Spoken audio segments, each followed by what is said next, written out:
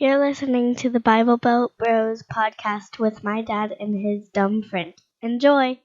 Thank you for tuning in to Bible Belt Bros podcast. We're actually kind of surprised you guys are still listening to us. Yeah, but it's thank you. Yeah, I guess. especially to those of you who keep coming back. That's a rarity. Today we're going to start out with a complaint section, or a segment. Some of you guys might be listening to the real life podcast with our bros over there, Joe, Johnny, and Mark, and they have a little complaint section by Johnny. So we're gonna kind of mimic that today, inspired by Johnny Complains. So we're gonna complain about a few of our things that we have to deal with so far. I guess I'll start us out, Dusty, since I only have one complaint. Okay. All right, so today I got a phone call from my financial institution that my debit card, had fraud on it, or had detected fraud. And I have no idea how, because I don't ever use my card on the internet or anything. I did have one out of ordinary shop that I went to. Kind of what my financial institution said is, that shop, because it is more of an older shop, maybe they had outdated equipment. Anyways, somebody in the Bronx, New York City, cloned New York City? Yeah, they cloned my card and went to Target this morning and spent $434. My financial institution, Green Country Federal Credit Union, called me before the fraud detection actually called me. Oh, wow. And so I called because the credit union called me first and gave me the phone number to fraud. I called fraud and gave them my card number, and they told me about it. Needless to say, I am so mad because I have the very first card issued out of this batch. So I have 1, 2, 3, 4, 5, 6, 7, 8 zeros and then one digit. Nobody else has 8 zeros and one digit. So now my card is canceled. I can no longer use this card number. I'm going to get another card from a batch that's already been handed out. So I'm going to have some stupid high number. Yeah. That's just terrible. And it's a Folds of Honor card, so a portion of my purchases goes towards a military organization. Well, hopefully a $400 purchase will... No, because that got declined. Oh, okay. Fraud caught it. Well, the problem is, most likely, that guy or girl is not going to have any... I'm hoping charges. They got arrested. Because fraud caught it, and the purchase did not go through. Well, and that's possible, but I know, my dad had a credit card stolen from inside the house, and there's only a couple people, and really only one person that has issues with theft and stealing and drugs and stuff, and my dad was like, I can tell you where they're at right now, and they're like, we'll just write it off. It's not a big deal. Just know that it came from within your house and to probably better protect yourself. Those kind of things frustrate me because, dude, I could have used $2,500. That would have been nice. But no. All right. And fraud didn't really detect it because it wasn't in New York. Right. Well, it wasn't out of the norm because it could have happened here in Tulsa and just been out of the norm. Yeah. And so, if it got used, say, at Target, where it was it's used. True, Target, because I don't ever go to Target. But my wife does, and our accounts are linked, so that wouldn't work. But say, a Priscilla's. That's not normal for you? No, I don't use Priscilla's. I use Desiree's. Just kidding. I don't know. I just said some name. Desiree. I give the charity, not the stripper, but the... All right, Dusty, what are your complaints? My first complaint is about Spotify. I had to DJ a kids party with your daughter because I could not say no. Right. Well, you could have, but I think I tried to say no 4 times. My wife is persistent. She is. And so I said yes. And I mean, Idiot. it was fun. I mean, I'm not gonna, like, I had a good time. It was just, And you got paid. yeah, I got paid a little bit, so that worked. Hey, I didn't get paid, and I I did know. all the talking. And I talked you into talking. Well, you didn't talk me. I just said I would. You just did it. Anyway, so I haven't DJ'd stuff in a while, so I don't have like a huge music library anymore, and especially with like Kids Bop and stuff, because it's really scary what you throw online or throw over the speakers nowadays. You don't want to offend any parents and stuff. And so I downloaded Spotify so I could get all this Kids Bop music, and got the premium, first month free. And so I was like, sweet, I'll just get this for this one day, and then I'll remember to delete it. And I did actually remember to unsubscribe. So you click through Wow. Spotify. I never remember. I never do either. My wife kept reminding me. Let's throw that out there. So I'm clicking through the unsubscribe, and there's like 5 or 6 like different continues on this page. And finally I get to a page that says, "We're sorry, we hope you come back," making it seem like it was done, and I couldn't find anything else to click on. And so, okay, unsubscribed. And all of a sudden, a couple weeks later, there's a $10 charge on my account. My wife's like, "You forgot to unsubscribe from Spotify." And I was like, "No, I didn't. I totally did it." And so, needless to say, there was one more like really hidden link that I had to click on to fully unsubscribe to Spotify. So I'm $10 poor because of that minor detail. So I just hate that. I just wanted to unsubscribe. Why does it take so hard? Why is it so hard to unsubscribe from Spotify? Stupid. It is. I hate trying to unsubscribe from stuff. And when you go to like some stores like Stage, they try to enroll you in magazines. Stage? Stage, yes. My wife goes there. They actually have some decent clothes, very cheap, like name brand clothes, like Calvin Klein, Nike, Adidas. I think my sister shops at Stage. So. I actually like the store. My wife shops there all the time because they have so many specials and deals coming on. It's really not a deal if you end up buying more than you would have spent. But I don't. I buy like triple what I was going to buy and still spend less than what I would have spent. Okay, then that's a good deal. Because there's some people like they have a problem where they're like it was on sale, so they buy like 30 things that you will never need. Right, but no. Only thing I buy there are clothes and shoes. And anyways, so they always enroll you in magazines or try to. And sometimes if the cashier's not honest, they enroll you. It's an automatic. Yeah. Yeah. And then I start all of a sudden getting these magazines in the mail, and then they auto subscribe, and I'm like, what the crap? I forgot to unsubscribe from this. So, anyways, and then a month later, you think of it again. You're like, dang it. Yeah, when I get the next When magazine. you get the next magazine, you're like, dadgummit. So, all right, moving on. One last thing I have to complain about, and obviously I'm the guy that complains about more things, so naturally I have 2. You're just the guy who talks more. I'm going to complain about pink eye. Okay, so... Poop in your eye? Something like that.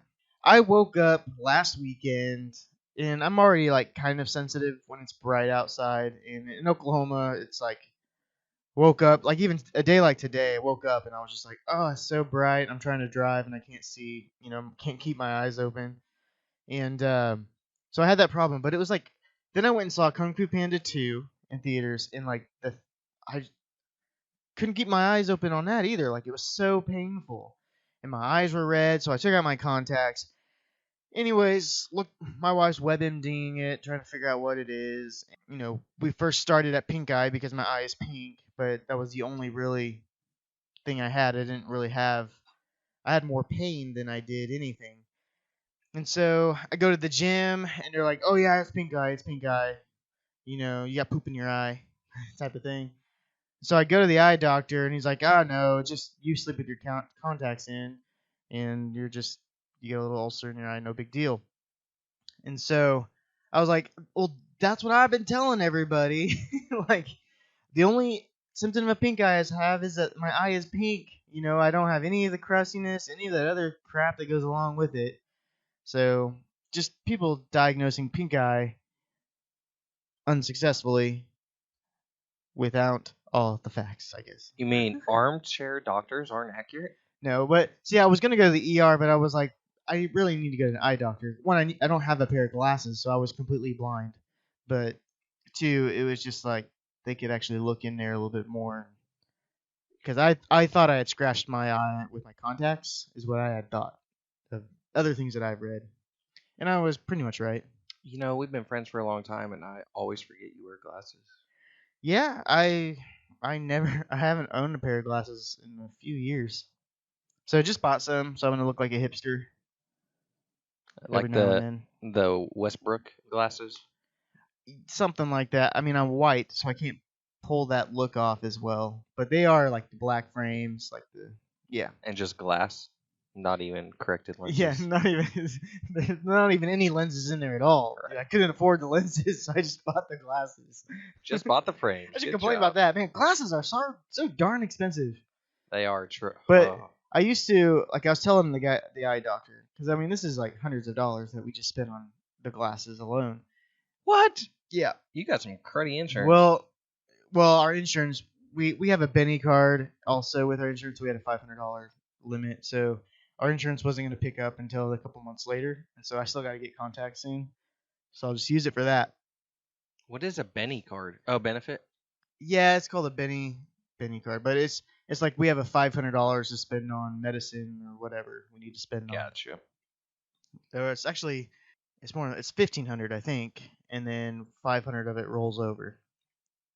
Izzy, her eye condition. So we have to buy her special glasses that have the transition lenses.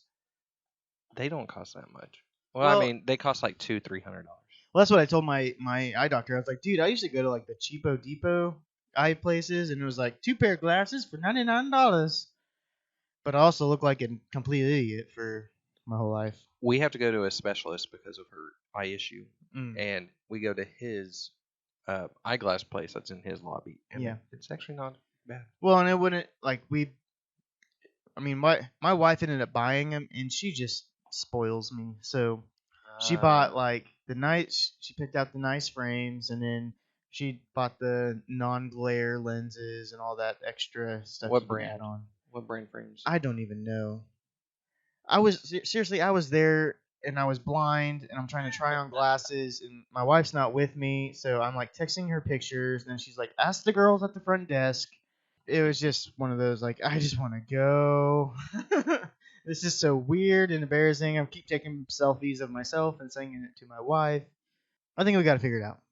All right, I'm done complaining. Let's start complaining about this book, shall we? All right, let's do it. We're moving on to Chapter 9 this week.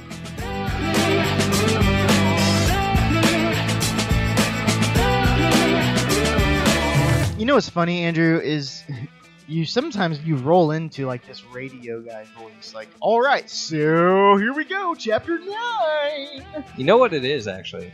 It's my Sandite TV voice. Yeah, you do like a... People who don't know what Sandite TV is, you do like a play-by-play for a local high school team, right? Right. It's a internet TV that I do, as Dusty said, the play-by-play for our local high school football team. And then I have a buddy of mine who does a color commentary. And so you don't talk like how you're talking now when you do that. You talk like I put on a radio voice, as you call it. Yes. And I don't know why, it just happens. So you don't really do that on this podcast, but then sometimes you'll just break into that. Like if you do a transitional statement, you usually break into it with your transitional radio voice. Right. Yeah, and it's just a deeper voice. And I don't know. I guess I had, in my younger days, I had a little bit of radio training, and so I think that's where it comes from. Radio training. Yeah, and I'm not going to expand on that. Yeah. Just know before I was 14, I could run a radio station, and I did run a radio station a few times. So that's where I'm going to leave that at. Let's move on to this book, Chapter 9, Baptisms and the Lord's Supper. Diluting the sacraments? You don't like I don't like Mr. Frankie. Frankie. I don't like Frankie. No. Matter of fact, I'm gonna call him Mr. Viola because he is not my friend. He's not. We're not on first name basis anymore. No. You might be, Dusty. Okay, we started this podcast, and I think this is a perfect example of what we need. We need discussion. Just because you don't agree with Frankie doesn't mean that he doesn't have some valid points. It's not that I don't agree with him. It's he takes everything to the extreme, and Okay. he's so negative. But he does make some valid That's points. what we did not want, Dusty. And it's fostering conversation. And It so does. That I agree with. I think that that's the point, is some of us are just so against talking about it. If you even mention that maybe the church is doing something wrong, they get super offended. Right. And we've experienced that, especially 2 weeks ago. We experienced that hardcore. Exactly. And I'm like, dude, we look throughout the whole Bible, the Israelites always took God's system and messed it up. And then we're too proud to think that maybe that there's no way that we can do the exact same thing. Like, come on. Like there's things that we're not doing right. That's just, that's the problem is we don't know how to change it. Right. And we don't know actually what is right. Exactly. Like And so it's not that we don't like, it's just like with anything. Like you ask one pastor about speaking in tongues, and it's a foolish thing. It's against it. The Bible's clearly negative towards it. And then you ask another pastor, and it's a great tool in worship in connection with God. And so that frustrates me a little bit, because you can, with tithing, you can do the same thing. You ask one pastor, and he might say it this way, and the other pastor sees it this way. Real quick, on that note, my dad never did call us and complain. He so didn't. We must not have made him mad. Or he's just so mad that he just went to this statement of he's no longer our friend either. No, I'm gonna This say kid that I adopted. I'm gonna say he's not mad because he would let me know in a heartbeat. And my dad's not the traditional pastor. Obviously, you know that. So he's not going to preach doctrine that he doesn't agree with. So The Bible, or the Baptist faith and message. right. That's what I would grew up listening to. I'm like slurring my words today. It's terrible. Are you drunk? No. Okay. Like Paul said in Acts, it's only 9 a.m. Yeah, but Second Opinion says that's okay. Second opinion. There was a poll that our pastor put out because they're doing a staff meeting. I can't remember why they did the poll, but it was about, is eating hot dogs at 9 a.m. too early? Is it too early to eat hot dogs? I'm in my mind. I'm like, that's like asking, is it too early to start drinking? Just that. No, it's not. Yes, it is. No, it's Like, not. it's the Okay, I same- do agree that there is a too early to start drinking. I do not agree that it's too early to start eating hot dogs. Okay, well, this one guy I follow for my fantasy addiction podcast stuff is that he wakes up at 2 a.m. when his friends are leaving the bars. He's like, so is that too early to start drinking? Because for them, they're still drinking. For me, I'm just getting started in my day. It's just funny. I would say that's too early. That's what I said. I was like, you should probably get some stuff done first. right. Don't be giving me advice after you've been drinking before you even had breakfast. Obviously, you wake up at 2 a.m., most likely because you have a job. So you must get your job done and then start drinking. So, Well, he's just a blogger. That's his job. well, then definitely get your job done. That's why I was like, get the good stuff out so I can make some money before you. I don't want drunk advice. Yeah, exactly. I don't listen to Dusty when he's drunk. Oh, I don't remember what started this whole thing, but yeah. Actually, I don't even I don't know if I've ever been around you when you're drunk. If you've even been drunk. I've been drunk a few times. Once was at your house, but you were also drunk. I was going to say, I must have been drunk first. That was probably the worst I was after getting a divorce, kind of going through that pain. Oh, a you're little bit. welcome then. Yeah, so Andrew let me drink at his house, and we can even bring your wife on if we wanted to explain that story. But I just laugh all the time when I get like that. Dude, and I don't remember this. I ended up crawling to bed, and your wife saw me like giggling every time I would take like a crawl, and I'd fall down and giggle, and I'd take another step. Yeah. All right, I must have been gone because I don't remember that. You were at already all. in bed. Like you had left you said I'll be right back, and then you never came back. So I'm a smart drunk. I go to bed. That was years ago, but So you're saying I'm stupid now? I'm just saying I don't live with you, so I won't know how to. I don't even remember last time I was drunk. So, anyways, let's get off this drinking portion. Obviously, we believe in drinking. I wouldn't say it like that. That's- We believe every American should drink. No, that's not. No, we'll have a separate podcast on drinking since we're talking about it so much. I brew my own homemade stuff too. He uses Dr. Pepper, and it's actually Not really yet. good. What? I haven't. I'm not a None of master those that brewer I yet. had Dr. Pepper in. I No. thought yes, it did. You said you put Dr. Pepper in No, that that's one. my plan. Oh, I don't know the recipe yet. I haven't come up with it yet. gotcha. Anyways, his home brews are pretty darn good. Thank you. Yeah, I like them. So let's move back to. I'm actually baptisms. brewing. I'm actually starting a brew with my wife. It's what we do kind of on our date night is we do a brew, and so that's what I'm doing when I come home today. Heck yeah, Today's brew day. nice. But let's go back to baptisms and the Lord's Supper. The book. Yeah, let's go back to the book. So the book talks about the baptism being, back in the day, back in Jesus' day. JC. JC. Baptism was an outward or actually wasn't even an internal confession of your relationship with Christ. So today we have, the prayer of salvation or the salvation's prayer or the sinner's prayer, whatever you and your church call it. That's what we have to identify ourselves as a Christian.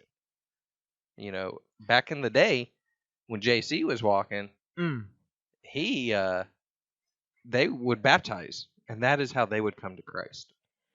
Well, yes. Like you'll hear preachers say, "There's no magic words. Just repeat after me." And There's no magic words, but say these magic words. right. And so the idea is that your heart is changing. And so there's a lot of times where people say those magic words and they're not going to heaven. Right. You know? There's because their heart has never actually changed, And when you're baptized or when you're a Christian and when you're not, you personally, you're about the only one that knows if you are serious with that. God does incredible things in your life when you truly give your life to Him. So if you said that prayer, but you're still doing the same stuff that you were the day before, you probably were not serious. right. And it's a hard issue. The prayer is just to help you put what you're feeling into words to express it to God. And in the days of Jesus, that was the position of baptism, was to be baptized with or without anybody watching. There was a time where it was just what was his name? Golly. Jesus. No, it wasn't Jesus. But there was a time where somebody got baptized. It was just them two, and he was like, "Here's some water. Why shouldn't I be baptized?" Oh, I remember that. Yeah, I don't know who you're. I can't remember his name, but so that sometimes we get baptized and it's like a big spectacle, like bring your friends and family, and that's really not what it's about either. But it's just a symbolic thing of like, hey, this is what I'm doing with my life and with my heart, and so yeah. Let me ask you this, Andrew: can you go to heaven and not have yet been baptized? Yes. What? I agree. I know. I'm must not be Baptist because I believe that. Actually, I must not follow any denomination because I believe that. Okay, can you go to heaven and not have said the sinner's prayer? Yes. What? I know, right? I agree. Because words is not what makes you. It does not determine if you go to heaven or not. Can you be baptized and yet not go to heaven? Yes. What? Sorry, I'm having too much fun over here. Yeah, I think, and the same goes for the other question. So, All right, so here it is. Ask Google. hey. Yes, we're going to bring that segment back real quick. Really, I just wanted to find out who said that. It was just a eunuch. I mean, just a eunuch. Who was with him, though? Was Okay. it Philip? Let me read this passage. Do it. Hold Philip? Paul? Starts with a P. up. priest. Piper. Okay. As they traveled along the road, they came to some water, and the eunuch said, Who's they? I don't know. That's It the doesn't. question. All right.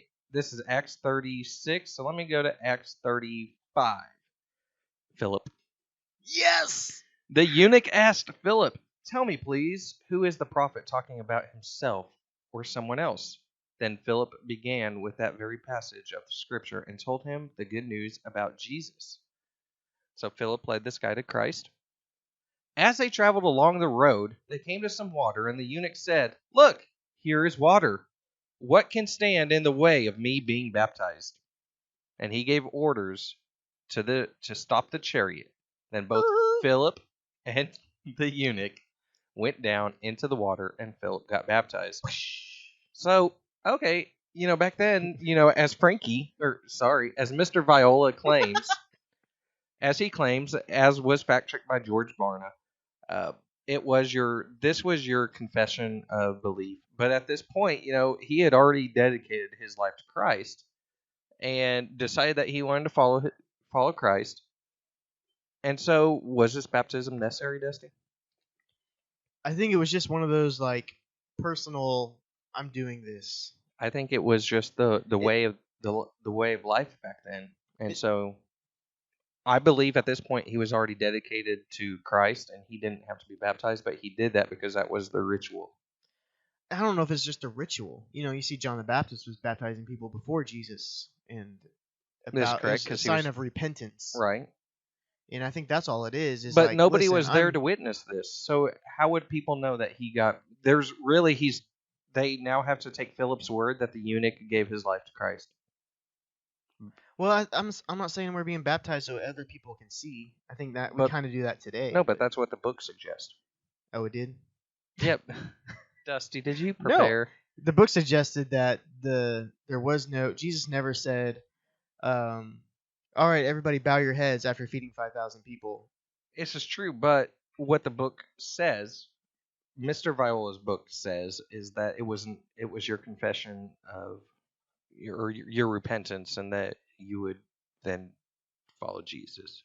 Mm-hmm. And that was so everybody could see it. It was your outward confession. It was your public display of affection for Jesus. Correct. But here obviously the eunuch only Philip was well, I guess he had his chariot driver. And if he has a driver, he. But even now, if there's 5 people in a church service that sees you get baptized, I mean, they're still gonna have to explain to other people that you're a follower. There wasn't Facebook back then. That's true. There wasn't this share this post. There wasn't even Facebook when I got baptized, Dusty. Yeah, you hear me. So. There was there MySpace? There might have been MySpace. Yes, there was MySpace. Yep. Yes. Wow, MySpace. I think I still have a MySpace. I don't. My wife does. I don't. It's old, but I logged in there like a year ago, and I was like, there's this guy that wanted me to come play at some concert. And then I looked at it, it was like, oh, it's like 2 years old. Hey, sorry, just getting back to you. Been busy. Have you done that concert yet? I'm interested. I'm interested. I see the points of there not being like a come to Jesus prayer and then baptism days or weeks or whenever afterwards. I just think it's a different time. I do think it's easier now to say a prayer and with everybody's head bowed and eyes closed and raising your hand. That was easier to give your life today now, or supposedly say that prayer. People are ashamed. Yeah, well, because they're not taking a stand for Christ. They're still, I find that so stupid. Silently doing it. I'm very blunt. If anybody doesn't know me, I am very, very blunt. I just think it's stupid, that if you don't have the boldness to raise your hand when people's eyes are open, you probably don't have the boldness to follow Christ. Well, Say it, Dusty. Yes and no. Like, I go to Celebrate Recovery, and there's times where, I don't want to get up in front of everybody, especially when you're first there. You feel like everybody's going to judge me for doing They are going to, Dusty. Yeah, and The church is known to judge people. I mean, Yeah, it's it's a fact. life. It's what we do. That is life, Dusty. People are going to judge, but you don't do this for people. You do this for yourself, and you do this for And Christ. so, do you have to do it in front of everybody? That's the question. No. Exactly. So you're arguing the fact that we're not making No, people I am stand up and go to the front. arguing the fact that it is stupid that we ask everybody to close their eyes and bow their heads just so somebody doesn't get embarrassed for Christ. That's what I'm arguing. I get you. Really? If you're embarrassed to be shown that you're in a body of believers, What the? of all people, places, a body of believers, everybody there is there to worship God. Stop yelling at me. No. I get that, but sometimes it's to take that first step where we kind of baby people a little bit, or we try to help them make We it coddle easier. way too much in this society, and that is We not do. what we need. I saw a quote on Facebook from a guy that he's one of the overseers in our church. He is a part of the North American Mission Board. Anyways, he said, sometimes workers are more consumed with counting baptisms than making baptisms count. It was a quote from Nick Ripkin, The Insanity of Obedience. And that I saw that and I was like man, that's kind of the truth. As I look through, I think that's more than kind of. That is the truth. I mean, churches aren't really doing their job, and not even churches. You know, the body of the church. So us, we're not necessarily doing our jobs to make those count. but And how do we make them count? Churches as a building, they want those so that their numbers look good. To them, it's a numbers game. Well, how do we make baptisms count? Really, we need a disciple. That's what we need to do. That's how we make them count. If we have to have a class, our last church, and I am not condoning anything they do by no means, because obviously it's our last church for a reason. We're not there anymore. But they actually had a discipleship program, and I like that. And other churches have a discipleship program in which new believers can go through these classes. Like, Life Church, let's use them. They give out a What's Next kit. Right. To anybody who, raises their hand while your eyes are closed and your head is bowed. I don't even think they raised their hand. No, they don't. You're right. They don't. Because we're too ashamed to admit that we want to believe in Christ. But they have a What's Next kit. And matter of fact, I have one right here. Did you get saved at Life Church? No, I just wanted to see what was in it. Oh, so you probably got counted. I probably did. as So a salvation. let me tell you what's in here. There is a New Believers New Testament. Matter of fact, this is the first time I've opened it. Oh my gosh. I wanted to see what was in it, but this is the first time. Okay, you have a New Living Testament or translation, a New Believers Compact New Testament. So it's not even Old Testament. They don't want you to know what people used to do. What's next? It's a little pamphlet in here that says, you take part in weekly worship experiences, you make Bible reading and prayer a daily part of your life, join a life group, get baptized, start serving. That's what's next. And then there is a letter in here from your local campus pastor. There are some cards in here. Bible X, an easy way to begin studying the Bible. Easy way to install and use. I don't know what this is for, but you scan it from your smartphone. That's actually not very smart, because I have no idea what that's for. A card telling you that you can listen to podcasts, and an information CD. That's in their What's Next kit. That is better than what most churches do. Most churches in America, they just send you on your way. They don't ever talk to you. They don't tell you what's next. They don't disciple you. And there might be some follow-up, like we want your phone number and maybe address so we can keep you But informed. that's how we need to make baptisms count. We need a disciple. We need to have a program in place for those people who are serious about, raising their hand or saying that sinner's prayer while everybody's head is bowed, eyes closed. And it's hard to follow up with. look back in my life and see how many people have been led to Christ, said the prayer, were baptized, and they're not involved in church, and some of them not even, they're like against the church, and it's hard to see like where did we do wrong? Like that's I think where you kind of that I think you're right. The discipleship side of it is something we're so consumed with getting the new people that We let the existing people it's like we're suffer. expecting them. We got them to say the prayer. They're baptized. We're covered on our end.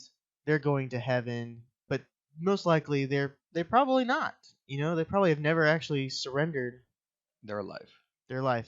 And that's hard because none of us deserve eternal life. And so there's times when in my life, like I make the dumbest decisions sometimes, and I'm like, how is God still letting me going to heaven? So, one thing with this baptism, obviously, salvation ties into this. So, I wanted to ask you: do you believe once saved, always saved? The Baptist answer is yes. I don't want Baptist. I want your answer, Dusty. I think so. Yes. Okay. I do too. I believe yes, once saved, always saved. But I do believe there is a but on mine. But you have to be serious. Yeah, it's not did just they mean say it the the words. first time? Right. You have to truly mean it in your heart, and with that, true confession comes an outwardly change as well. And that is how you can gauge. I believe that is how you can gauge if you're a Christian or not. One time when I was on staff at a church, we were looking at trying to go to a different church camp, and we're looking at renting out a camp. And it was this Assembly of God church, and he was like, "Yeah, we with our church is this camp's 4 days long, 4 days a week. There's there's 300 students that go to this, so we have 1,200 salvations a week because they get saved every day." Wow. Ha ha. He was obviously saying that as a joke, but real quick, I want to get your stance on it, Dusty. Should we be baptized? Yes or no? Yes, of course. All right. Me too. I believe yes. God has called us to be baptized. All right. That is our stance. Do not think that we are saying baptism is worthless. Got it? You're so worried about what people think of you. Well, because people and this is just as recent as 2 weeks ago. People took what we said out of context, and when they approached us personally, they personally said that our view was in line with the book. Our view is not in line with this book. So, well, all right. At some points, it is. At points, yes. Okay. But I want to make sure that we bluntly say what our view is. All right, what's the next? Lord's Supper. Let's chapter talk about 2 Lord's Supper. or chapter next or half the chapter second half 9b. Lord's Supper. I'm Baptist. We should eat. We should eat. What this book says is it was a full meal, and we have turned it into a cup of grape juice and a tasteless, bite-sized cracker. And I think one of the things he has a problem with is that the clergy are the ones who perform the ceremony. And I was thinking about this. I've done like a Jewish Passover meal before, and I think it's a culture thing. Like they had meals for all those kind of stuff, and so we don't sit down and eat a piece of pizza and take a moment to say, all right, the crust on this bread represents Christ's body. The wine that we're drinking represents his blood. So I don't know. We don't really use it as a full meal thing today. I think we've made it quick and dirty. We made it quick and dirty. The thing I'm challenged with, and really my stance on the Lord's Supper, is every time I go visit my in-laws in Houston, whether we're going camping, before we leave, just the four of us, we always take the Lord's Supper together. It's nothing crazy, it's not a drawn-out experience. We don't have a pastor come and perform the ceremony for us. And every time we do it, like I'm so challenged by it when I'm like, man, I should take communion with my friends more often. If we're hanging out somewhere, just remembering who brought us together and why we're even here. It just challenges me, And yet I always forget until the next time I go visit them. And I'm like, dang it, I should have done the Lord's Supper with my friend Andrew. But I didn't. All right. How many times did Jesus partake in the Lord's Supper? Oh, gosh. One? Once. I don't know if this is in the book. I listened to the book, and at times I start tuning him out because of his, what I say is ignorance. Obviously, he's not ignorant because he is very knowledgeable on this subject. But since I don't agree with him, I'm going to say his ignorance. Because that's what we do when we don't agree with people. We just put them down, right? Anyways, Jesus only partook in the Lord's Supper once. So, do we have a need to partake in it? Once a quarter or once a month, or Well, and I think that's part of what he has a problem with is it is a ceremonial thing that we just do. In most churches, it's once a quarter. I wouldn't be opposed of doing it anytime we do a gathering together. right? Because truly, it's just we're doing this in remembrance and in honor of Christ. I mean, I don't believe that the wine becomes really his blood. Right. I think it's funny that we've replaced wine with grape juice, but I don't think the cracker becomes the body or whatever. But I do think it should be done more often than 4 times a year. And I think it should be done way more often outside of church than inside a ceremony service. I agree. It should be done more outside than inside. Now, at the same time, I also believe, and most churches believe this, and this is probably I'm not necessarily in line with a lot of organized doctrine. But I do believe that it has a special meaning, and so if you're not a Christian and you haven't truly given your heart to Christ, I don't believe you should partake in it because of its meaning, its deeper meaning. Some people probably disagree with me on that, saying it's just bread and crackers, or crackers and juice, but at the same time, So if they don't partake in it, we say, when do we tell them it's okay to partake in it? when they truly are a believer and they truly give their life to Christ. When do we know when that truly happens? Only they do. And so they have to have honor and integrity to either do it or not do it. Which I really don't think. I think the book, it might have been this book or it might have been like a Francis Chan thing or something I listened to, but it was talking about the way that they did, when it talks about like taking it right, like doing what you just said, doing the Lord's Right. Supper correctly. One of the things was like that people weren't waiting because it was like a process of everybody getting their food, and it was like some people were getting drunk on the wine because they just were more about the wine than they were about the bread or whatever. But I don't know. That was kind of weird. So there's another argument to the Lord's Supper as well. This is to commemorate Jesus' death on the cross. We break bread. The bread represents his body. The juice represents his blood. And so why isn't this just done once a year instead of quarterly or once a month? And on the day or on the around the time in which Jesus was crucified. So there's I do believe there is abuse if you can abuse the Lord's Supper, and I believe you can because some churches may use that to get people there. Hey, we're gonna do a Lord's Supper in 2 weeks. Hey, next week we're partaking in the Lord's Supper. Tell everybody, bring them all, and why not just do it once a year? Well, another thing he has a problem is how reverent it is. Right. Like you play the soft music, you dim the lights, you have the candlelight, and he's like, this was a joy, a celebration. We're celebrating, Yes. And yet we always put this like gloomy kind of thing, and he's kind of saying that it's kind of like a celebration party get together, And anytime we do that, let's pray before we do this, let's pray before we do that, and so you just kind of naturally create this silent, I don't know, atmosphere. And so I think that's something to think of, maybe look into when we celebrate what Christ did for us. Bring a little more joy into it sometimes. Book actually does not necessarily speak against the Lord's Supper, but it doesn't speak for the Lord's Supper. I think it's just he's trying to Explain it. and he does have some feelings. Like, he does obviously feel like that we should practice baptism in a different way. Yes, it does. And things like that, but nothing that I'm so like shocked by, honestly. Right. Especially not after reading his last few chapters. So that's going to do it for us this week.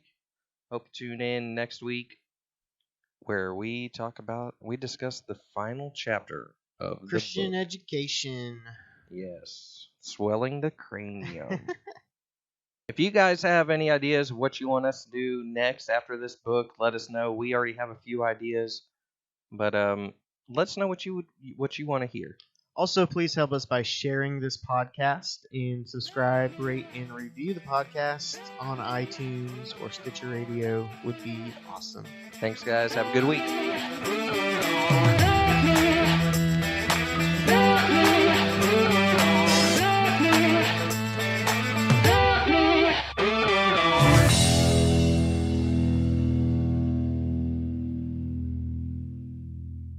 Two bros in the Bible Belt.